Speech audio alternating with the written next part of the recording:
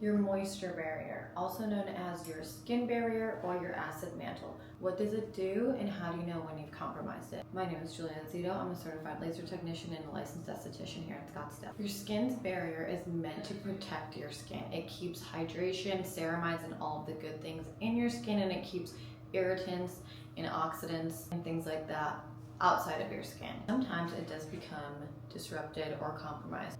You can do this most of the time by overusing exfoliants and retinols. How do you know if your skin barrier is compromised? Well, it will feel very sensitive. It'll be red, it could be flaky, and it'll burn when you apply things that you're normally able to use any day of the week. Even your moisturizer, it'll have a stinging, burning sensation. Your skin's barrier is so important because when it's healthy and intact, that is what helps give your skin that glowy, healthy, radiant look to your skin. When it is not intact, it burns, it stings, it looks dull, and it looks flaky. Your skin will be chronically irritated. You can have eczema that will be acting up a lot of the time, or rosacea that will be acting up a lot of the time. Like I always say, listen to your skin. When you apply products like moisturizer, especially products that are tailored to sensitive skin and you're experiencing a redness or a burning, stinging sensation after application, your skin barrier is compromised. Where do we start to get it back intact? First of all, you're going to stop any and all exfoliation.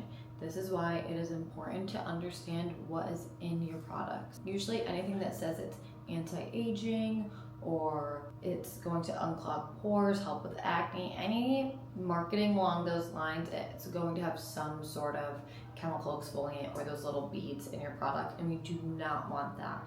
That is what's causing the damage to your skin barrier in the first place, and you're probably overusing it. Another thing is choosing the wrong cleanser for your skin, especially in the morning. If you have a cleanser that after you're done washing your face, your skin feels stripped, it feels tight, it's probably not right for you. And that's where you experience something called transepidermal water loss. When the water that was just placed on your skin from the cleanse you just did evaporates into the air and you didn't put anything on to lock that moisture in, you get that tight, stinging kind of feeling, and then you apply anything on after that and it's not doing anything because there's no water in your skin, it's not functioning properly. When you experience transepidermal water loss and then exfoliate on top of it is just like the perfect conditions to break down your barrier. Especially in the morning, I will opt for something that's marketed as a gel cleanser or a gentle skin cleanser or a sensitive skin cleanser, one that typically doesn't even get too foamy when you get it with water,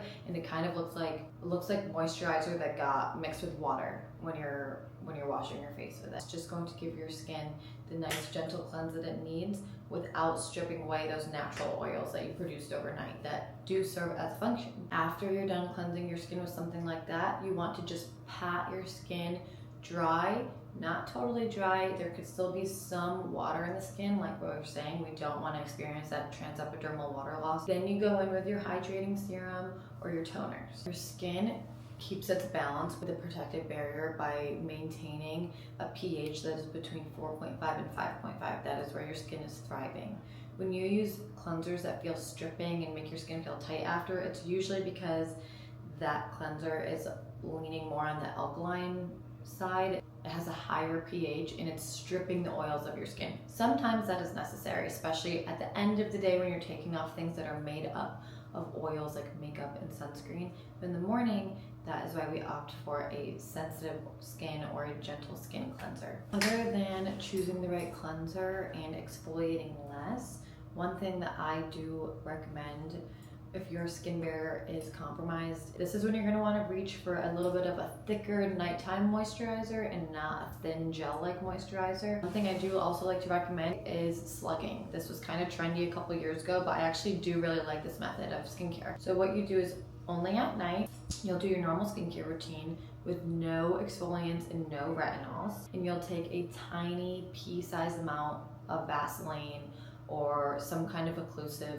petroleum jelly and just spread that over your whole face and neck. And that helps heal your barrier so much. It's because it's taking any hydrating calming products you put on before bed, which is all you should be using at this point, and locking them in, and it's not letting anything get out. I recommend doing that for just one day, and then until you're able to put on your moisturizer and you don't feel that stinging sensation anymore, you're not experiencing any more redness where you're applying products, then you can go back to adding in your exfoliants. But I would obviously recommend using them much less often, certainly not every day. I always say start out once a week, and if your skin is handling that, you can titrate up as it's allowing you to.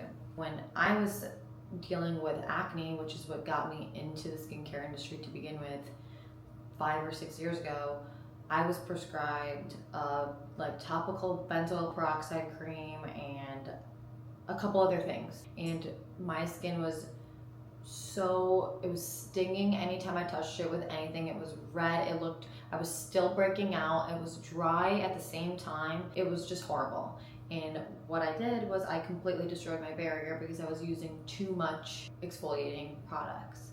I had to stop, just used really soothing, plain moisturizers. This is why I do recommend brands like CeraVe or Vanicream or Cetaphil, because they don't use fragrance and they don't have a long ingredient list. They just have the stuff in there that is going to help your skin. Ceramides, humectants, emollients.